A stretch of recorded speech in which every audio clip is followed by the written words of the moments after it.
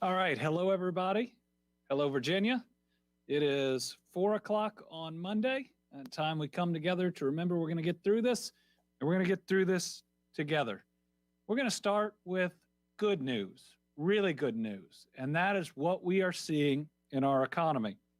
Today, we have more good economic news to share as we continue a string of positive announcements that show that our economy is open, healthy, moving in the right direction and at a faster pace than most. So last month, so quick recap, Site Selection Magazine, an industry publication, validated our hard work ranking Kentucky at the very top of the South Central region and third nationally last year in 2020 for projects per capita. That was one piece of good news that said we did better than just about anybody else in 2020 in terms of announcements, and our wages for those jobs were the second highest I think we've ever had. So last week, we learned that Fitch's Ratings, that's one of the big three credit rating agencies, had upgraded its views on Kentucky's financial outlook based on our, quote, solid economic recovery. It boosted our rating because of our responsible fiscal management, which includes, in this administration, two, not just balanced budgets, but surpluses, and the state's largest ever rainy day fund balance, despite the pressures posed by this pandemic. It also talked about Kentucky's employment recovery, which through March is running slightly ahead of the national pace. More on that in a moment. This news followed that, and that was that today, John Hicks officially released our general fund and road fund receipts. And as previewed last week, sales and use tax receipts reached an all-time monthly high of $486.5 million. Year-to-date collections have grown 9.5%. This means that there was more sales tax, meaning more spending, this April than any April in our history. So whatever people want to say about the economy being open, it's more open than any other April in our history, as shown by what people are actually doing, by their economic activity. Also, it means that more cars were sold based on usage tax in April than in any April in our history. So this money is going to be added to the current fiscal year general fund, which is estimated to have more than a $586 million surplus, and the first time that I can remember in a while, a surplus in the road fund as well. We're going to end up with more than $1 billion in the bank in our rainy day fund. We've never had that much. Actual dollars or a percentage of the budget. Month, general fund receipts increased 50%. Year to date, up 10. This last month, up 59.9%. 5%. Okay. Showings that our economy is humming in a different way. Today, the U.S. Department of Treasury announced that Kentucky is set to receive $2.183 billion from the American Rescue Plan Act of 2021 for the Coronavirus State Fiscal Recovery Fund. This allotment is a little bit smaller than what we anticipated because part of the equation in setting it was the state's economic performance, meaning how hard had we been hit versus how much had we recovered. Our overall number, 2.183, is below what we thought we'd get, 2.4, because our fourth quarter of last year, we recovered more than most states around us. In fact, I think we were in the top 7 in the way their calculations worked, and thus moved those numbers. In other words, Kentucky has recovered stronger than the federal government anticipated, faster than most, and it impacted a little bit on the dollars that will be available to us. Now, this isn't going to impact whatsoever what the General Assembly has already appropriated. They only did about half of that, but these are dollars. Now, we still have over $1 billion that we can put to work making sure our economy continues to grow, continues to stay hot, and as we like to say, you know, the buckle up, we're going really good places. Gene Sperling, who is coordinating and the implementation of the American Rescue Plan for the White House, called me today and spoke to me ahead of the announcement. Again, he said the change in Kentucky economy that is outperforming many other states. All right, new jobs today. Again, indicators. There's actually the announcements of where we are seeing. Highlight a very special announcement in the West Kentucky community of Madisonville as we continue to build back our economy stronger than ever in the Commonwealth. Alstrom Munksjaw plans to expand its presence in Kentucky with a $70 million investment to build a second facility in Hopkins County that'll create 51 jobs with an hourly wage of $30, including benefits. The glass fiber tissue producer currently employs more than 130 people in Madisonville at a facility that has been an important part of the local business community since 1974. As a Finnish-owned company, Alstrom's growth adds to Kentucky's strong core of internationally owned manufacturers, which employ about 111,000 Kentuckians. The company's new facility will provide capacity for production of glass fiber tissue used for luxury vinyl tiles and vinyl sheet materials. The company's filtration materials are used for automotive and industrial applications, and deliveries from the new operation are expected to begin mid-2023. Alstrom is a global company employing about 78,000 people around the world at 54 facilities. We are fortunate the company has made its home in Kentucky. We are so excited about this expansion. As always, I'd tell them don't stop there. We have many more opportunities here in Kentucky. We look forward to seeing you grow. Congratulations to Madisonville and Hopkins County. But that's not all. We continue to see announcements of more and more investment in existing Kentucky facilities. So today, Apple, you've probably heard of that company. They're one of the world's biggest and best technology companies, announced that it's investing an extra $45 million to boost research and development at the Corning Inks Glass Manufacturing and Innovation Center in Harrodsburg.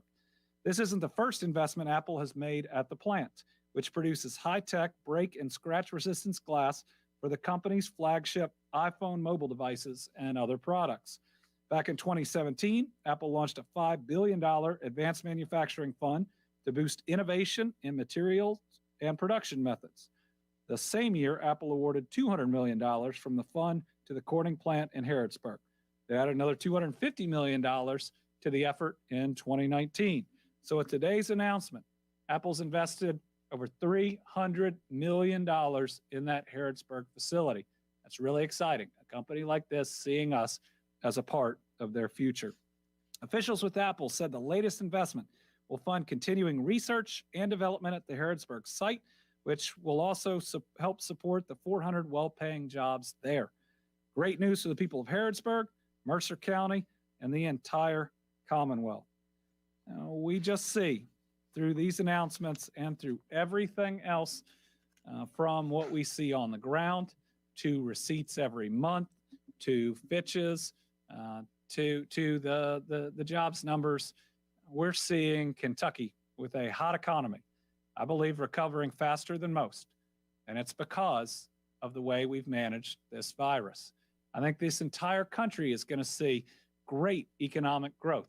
But I think those that are going to do it the best and the most sustainably are going to be ones that have made wise decisions to date and continue to make wise decisions in the very short time as we're finishing dealing with this virus.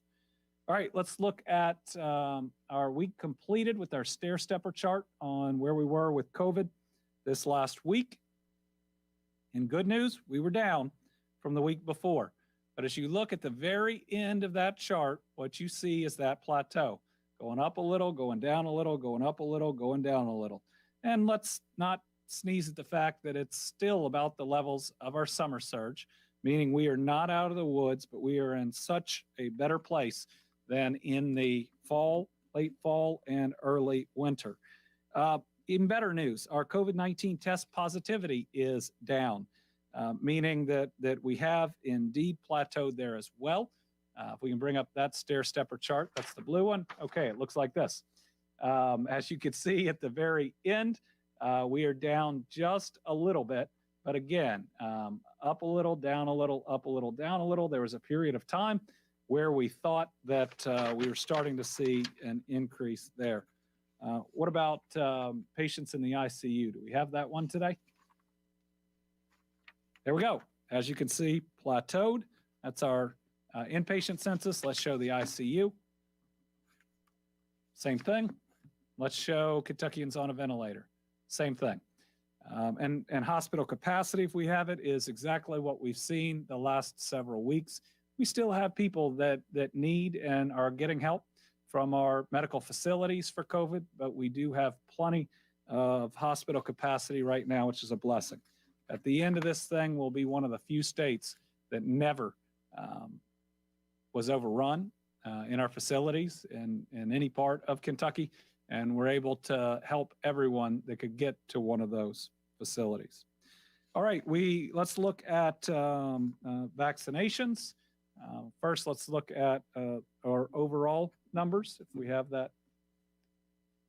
Here's our table. We're now showing day over day increases. So what you could see is about 8,500 vaccinations between yesterday and today, or the last report, and today's, still at about 1.875 million Kentuckians vaccinated, but there's some better news in there. Why don't we bring up the demographic slide? We're putting all this in one big chart now.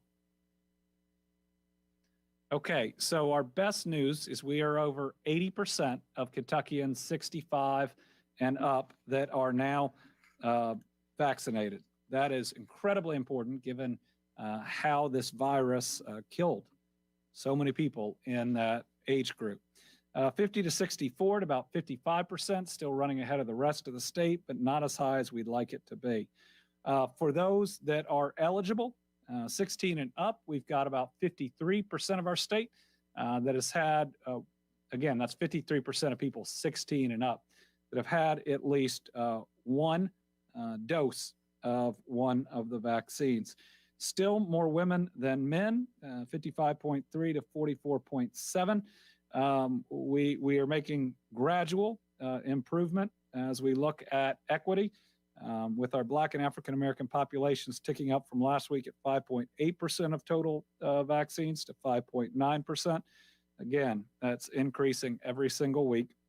The other is still really high, and so that we know that distorts the numbers in some way, but hard to get that information.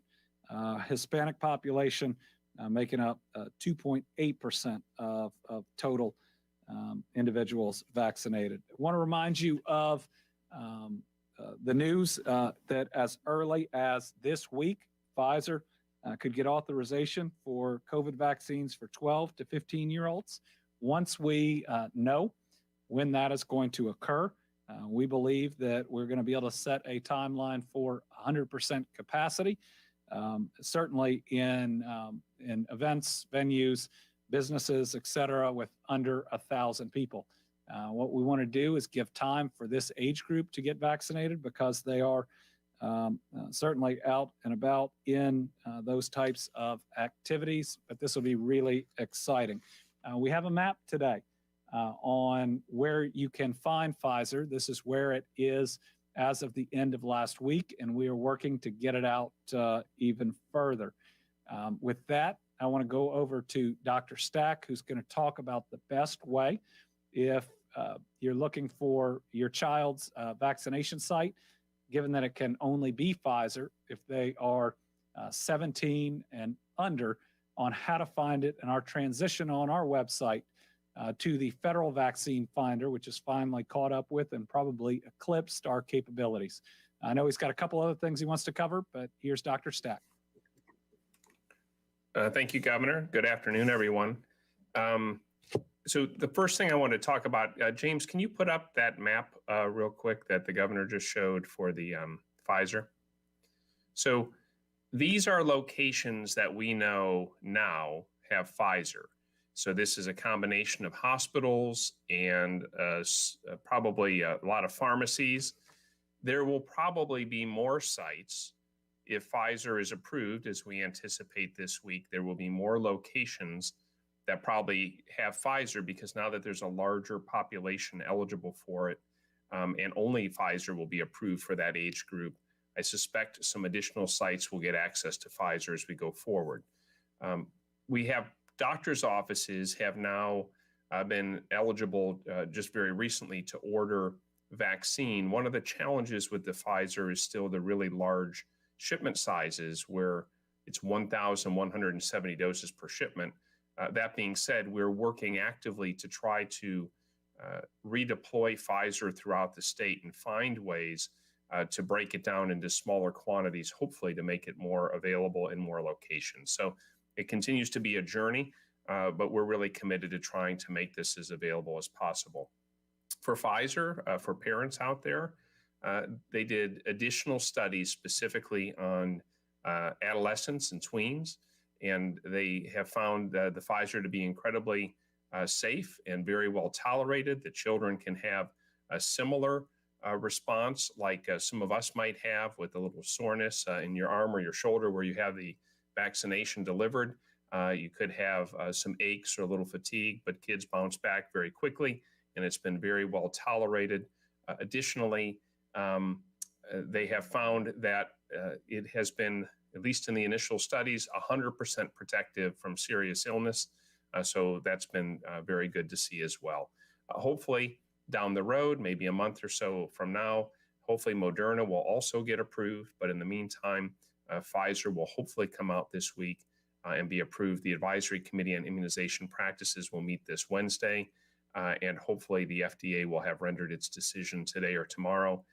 And when ACIP meets, they'll recommend what age groups they think it's appropriate for, and everyone anticipates it will be the age 12 to 15 after the FDA rules. James, do you have the video clip that I hope we sent over to show how to get through vaccines.gov? For Kentuckians, we are going to transition the website as of today. And when you go to the website and click on vaccines, it'll say how to find a vaccine. You click on a link that we've embedded there. It will take you to a federal site, and you can put in your zip code. And when you put in the zip code, it will show you all the sites that have vaccine near you. And you can pick, do you want Pfizer? Do you want Moderna? Do you want J&J? You can pick a combination of those three.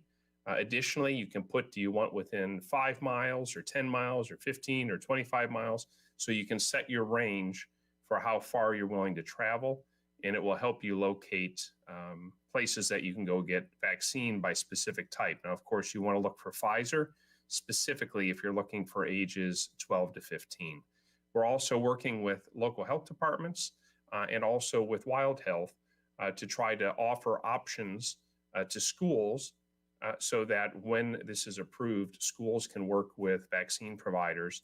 And I spoke with a pharmacy chain today as well that will hopefully do some outreach to schools. So we'd like to make this as convenient as possible for everybody. I thought we have a video, but I may not have it in James's possession, so we'll have to come back to that. The last thing I want to share is, James, can you put up my slide deck? We'll just use the first slide from the slides I sent over today. I mentioned this last week, but we are going to show online on our desktop dashboard. So if you go to kycovid19.ky.gov, right on the main page, you scroll down, you'll see the incidence rate map. To the right of that, there is desktop dashboard. If you click on that, there's a whole suite of dashboards you can look at. And one of the ones you can toggle to is now a county positivity rate dashboard. So these colors align with the CDC guidance on their website, and the ranges are shown in a pop-up menu over there. The gray areas, if you see the counties that are grayed out more, just so happens on this one to be in the western part of the state, but that changes from day to day, where there are no numbers, that means they did not have at least 30 tests performed over the last 7-day period. And so we're not able to calculate a positivity rate. And for those of you who are taking pictures for social media or looking, you'll notice, I think it's Union County over there is gray and has a number.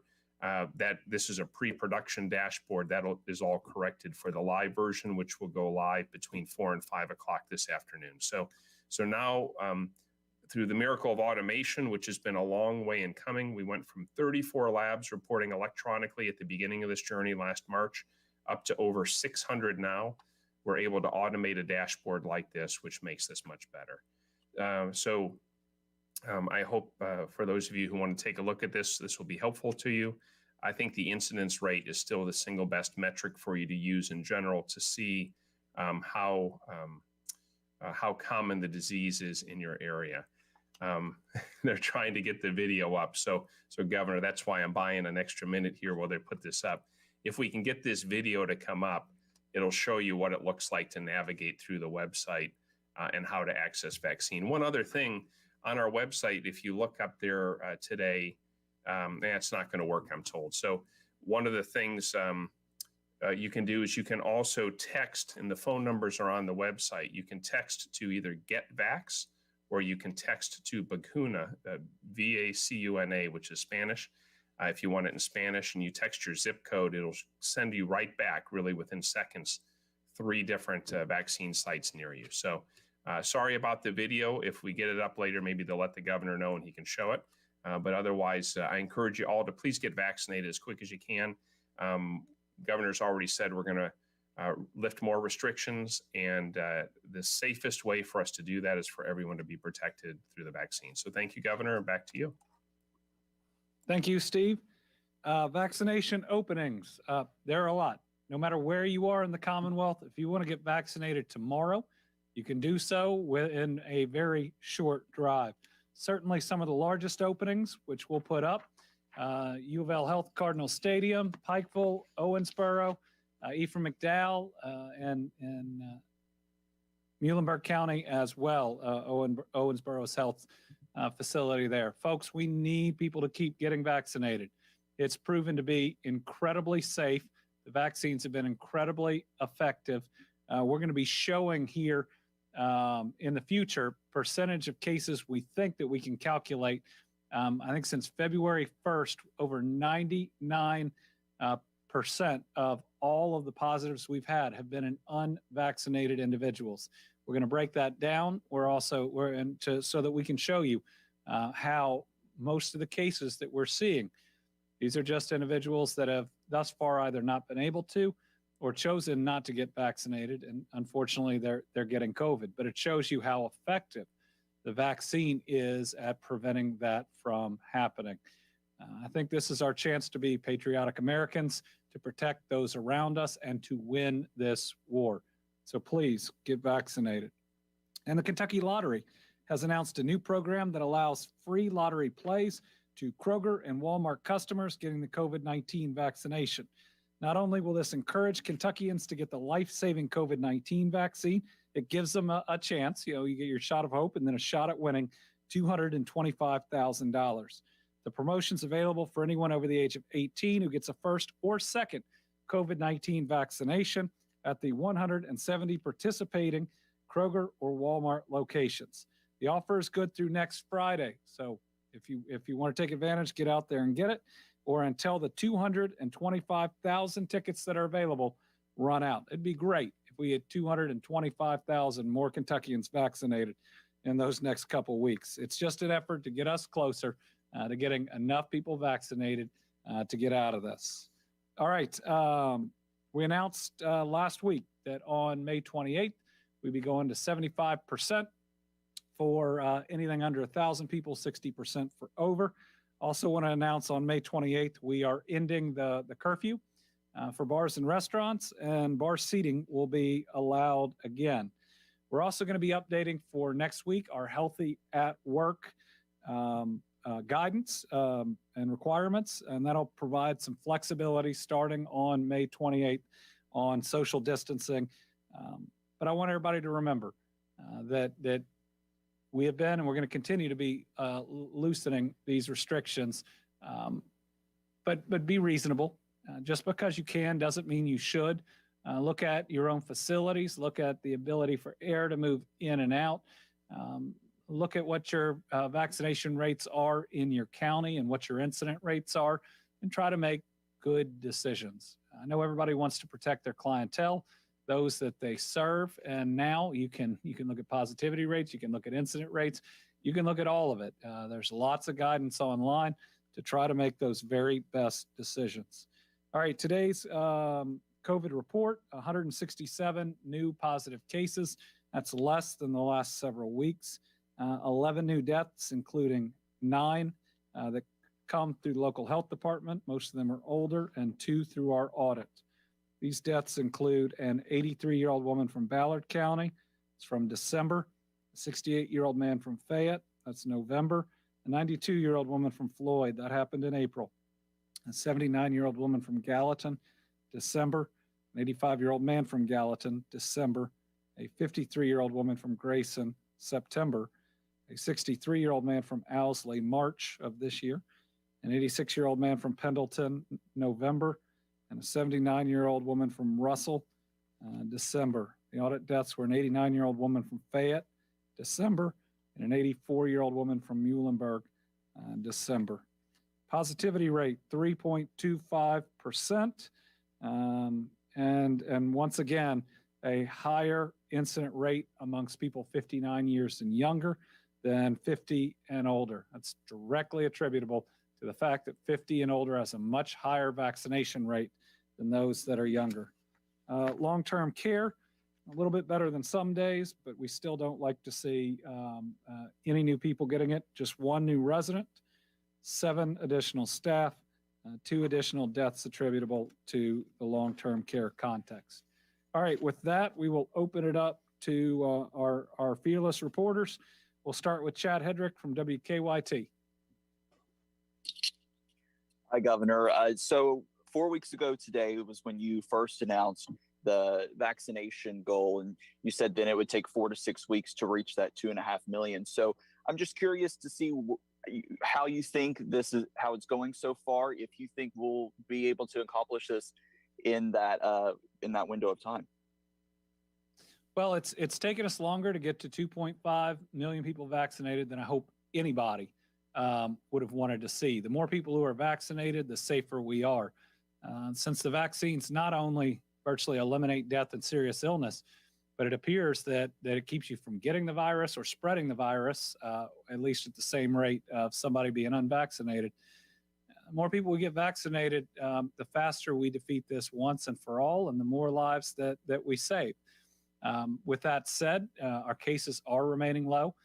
They are projected to go lower, certainly as we move through the summer, and that's all good news. It's also going to be really good news when 12 to 15-year-olds can get vaccinated. That opens up a whole new group where we are pretty close to most all Americans at least having the choice to protect themselves and those around us. Do I want to see more people get vaccinated? Heck yes, I do. Am I open to any and all ideas? Yes. I think it's really unfortunate that there's so much misinformation out there that some people aren't making a decision I think they otherwise would. Yes, that's really unfortunate. Karen Czar from WKY. Good afternoon. Thank you. Governor, how will the state be tracking the health conditions of the COVID long haulers? And will there be any funding available for those patients who are uninsured? Thank you. That's a good question. Let's go over to Dr. Stack if we still have him. No, we don't have him on the line. Karen, I know that we have reporting measures. He's back. Okay. Let's go over to Dr. Stack. I'm here. I just turned my camera off briefly. I'm here. So thank you, Karen, for the question. Thank you, Governor. Tracking long haulers is going to be difficult. It just is, because their symptoms are a variety of things: fatigue, brain fog, difficulty with breathing. There's a syndrome that'll be described over time, I'm sure, but it's very, very difficult. And not everybody says, oh, I have these problems. They only become aware later that it's a prolonged part of COVID. We do think, though, that 10% or more of all people can have the long hauler syndrome. COVID's a bad disease, folks. It's not something you want to take your chances with if you can get a vaccine instead. We know that people have serious problems that linger and that people get sick for weeks or months at times and take particularly if you go in an ICU, your recovery can be very long, months or longer. So, but Karen, I don't think there's a ready way to track it because it's still a large, ill-defined population, and with more time, hopefully will become more clear. But it's not as trackable easily as some of the other metrics. Governor? All right, my day would not be complete without Tom Latek. Tom, you're up. Gosh, thanks, Governor. You're going to make me blush here. I have questions about Sunrise Children's Hospital. Since the state came to them in 1970s to help out with children, and they have 600 over right now. Every year they've gotten a contract to continue providing their services for children. This year, there's been no contract, and when they call the cabinet, I'm told there's at least 20 phone calls that haven't been returned by the cabinet talking about the contract. What is the sticking situation, and what happens to the 600 kids if there is no agreement? Well, Sunrise has provided services to kids in Kentucky for a long time. We appreciate those services. My understanding on this is that a contract was offered. It has the type of non-discrimination clause that is required, or the cabinet says is required by federal law. I think that that's enforced by a settlement agreement from a long-term lawsuit that the cabinet was faced by folks that thought that certain contracts allowed for the potential for discrimination, as well as I believe there's a Supreme Court case that's been fairly recent and strong on that point too.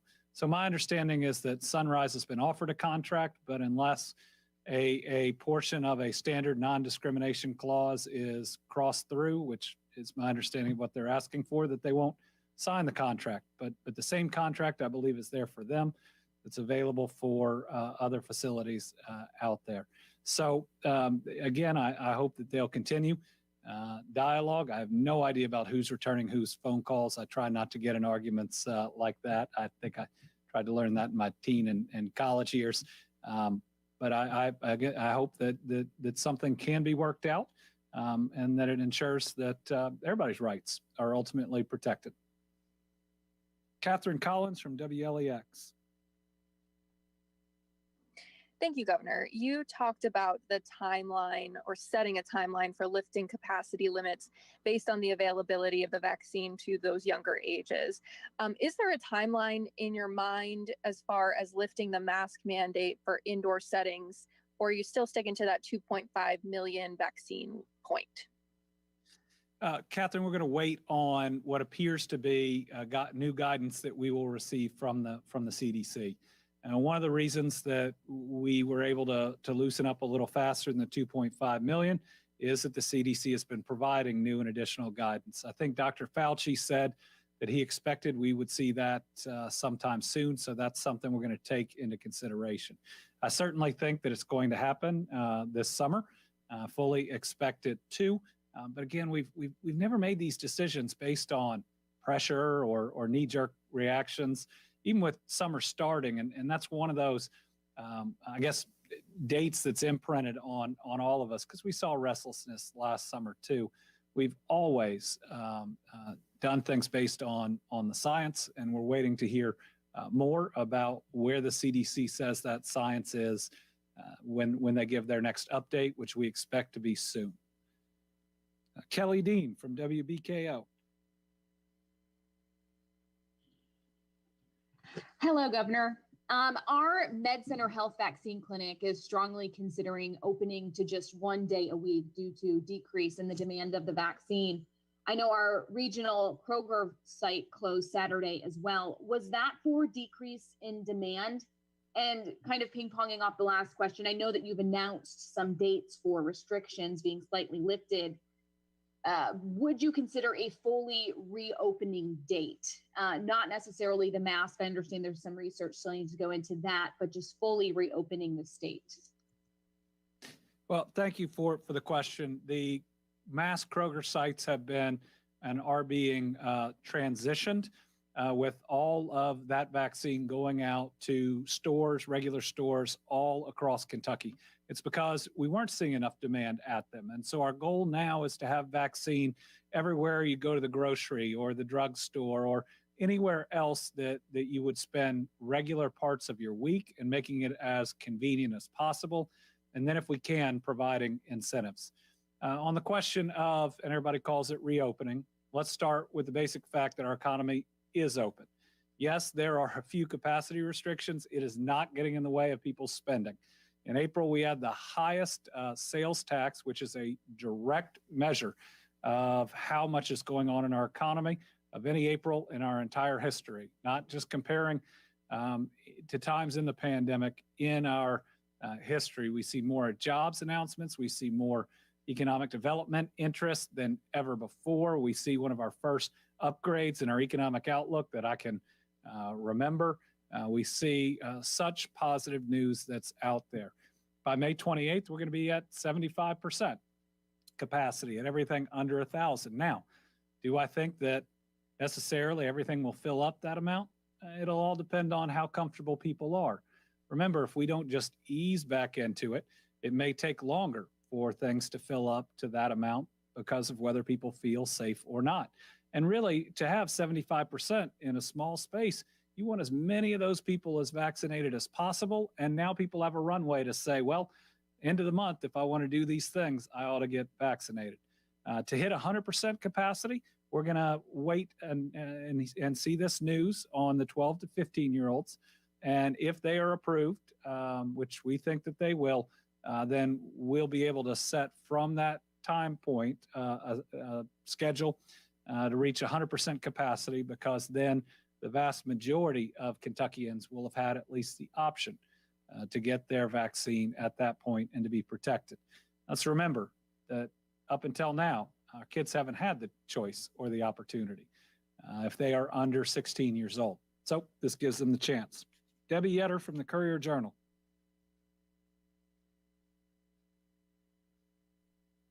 Hi, Governor. Regarding the Sunrise contract, does the clause that the Baptist agency objects to involve sexual orientation? And are they correct in their claim that it has been waived in the past? My understanding is that is the clause. My understanding is that there's recently been a settlement agreement that impacts this from litigation against the state. Possibly because of those waivers. My understanding is that there is a new Supreme Court case since the last time a contract came along. And at least the cabinet is telling me that inclusion of what's previously been struck is required by federal law. Now, if the lawyers on both sides want to get together and talk about that, if the parties can keep talking, then good. But you know, when I'm told that something has to be included because of federal law, you know, that's something you don't get much of a choice in. Corinne Boyer from WEKU. No. Can we pull up Corinne and then we'll do? Okay, Corinne Boyer from WEKU. I'll apologize to Melissa Patrick in a minute. Sorry. Hi, Governor. My question is about the news of the Kentucky Derby winner, Medina Spirit, failing that post-race blood test. Do you think this is a black eye on the horse racing industry in Kentucky? And do you have plans to open a special committee to look into this? Well, certainly the news out about Medina Spirit is not helpful for a signature industry for Kentucky. If it holds, it's disappointing. Certainly, there is a due process procedure where the trainer, the owners can and should be able to ask for the split sample if they need, do a DNA test, present whatever it is that they want to present. They need that opportunity. But if this holds, it is very disappointing. We expect people to run these races without cheating. Again, there's an opportunity here to be heard, to go through the due process and to see if that was the case. There's lots of committees out there. There's certainly the group that's been created on the national stage that I know will be looking at this. One of the things that they're aimed at doing is trying to make sure every racetrack has the same rules, especially on these drug tests. But the rule here was well known to anybody running in the Kentucky Derby. So I'm disappointed at the news, and if it holds, I'll be very disappointed that not only that this happened, but very disappointed that anybody would cheat if that happened. But I want to make sure I say that they are going to get due process. They are going to have their opportunity to prove that there was a mistake, and they should get that opportunity. Now, this is just the way the rules are set up. There's nothing silly going on here. There's no cancel culture or anything else. This is basic rules, drug test, failed drug test, process after the drug test where you can dispute it. There's nothing political about it. These are the way the rules work and the process that has to be followed. All right, Melissa Patrick, I'm sorry I skipped you, but you now get our very last question. Not a problem. Thank you, Governor. I'm curious about the CDC's updated language on the aerosolization of the coronavirus and what that will mean for Kentucky schools and businesses. And what would you or Dr. Stack say to the argument that with that sort of declared at this point by the CDC, no one is safe in a poorly ventilated building? Well, we should go over to Dr. Stack for that. I think we've believed this for a while, that it is being spread through the air. I certainly think it's another reason why masks have been so important. Also, why there is a responsibility for any business owner, school, et cetera, that's poorly ventilated to really look at what is possible and what is safe. Let's take it over to Dr. Stack, if you want to give your response, and then Dr. Stack, why don't you close us out tonight? And thank you, Melissa. So I think the governor does a pretty good job as given the public health guidance at this stage of the journey. So we have suspected for a while that this disease could be transmitted by aerosols. And ventilation has been important all along, and that's one of the single biggest distinctions between indoor versus outdoor spaces, is just the sheer volume of air exchange that happens outdoors versus the decreased air exchange that happens in a confined space. So it's very important until people are all vaccinated that we continue to exercise caution, particularly in interior spaces and around people who are vulnerable or not vaccinated. So as we look forward to the final couple months, hopefully, of this journey for us here, I have to continue to encourage people. One, please get vaccinated. It's one of the single most powerful things we can do to minimize the spread of disease. Two, do activities outdoors to the fullest extent possible rather than indoors. Three, if you are indoors, please increase the ventilation as much as possible. Open windows. If you are in an environment where you have options for air filtration, better filtration systems in industrial air handlers, please look at your options for that. I think that's all very important. But I think the CDC's updated guidance is consistent with the journey we've been on for quite a while now. And I think that the guidelines that we have recommended adequately cover those if people adhere to those. Folks, we are almost finished with this journey, I hope. And remember, COVID is a bad disease. It does bad things to people and has caused a lot of harm, not only death, but disability and COVID long hauler problems, which were identified by one of the earlier reporters asking questions tonight. COVID is not good. Vaccinations are a way to help us get out of this and get back fully to life, like the way we used to know it. The rest of the world is still facing an incredible challenge with COVID, and we all sink or swim together. We've got to make sure we get everybody vaccinated, because we're not out of this until all of us are out of it, or else the mutations and the variations of the virus can cause harm, which undermine the success of the vaccine. So please exercise diligence, exercise care, but we are soon upon us in the place where people will have to now exercise their choice what settings to go into and what risks to take on. The vaccines give you the chance, coupled with your personal choices, to minimize your own risk and take steps now to protect yourselves. And this is a place I think we've all wanted to get to for a long time. So thank you for all your help over this past 14 plus months of this pandemic. And let's sure hope that this summer, and certainly by the time we reach the 4th of July, that we are much more to a state of normalcy in the world that we have long missed. It remains a privilege to serve for you and with you. And thank you very much for all you've done to help get us where we are. I hope you have a good evening.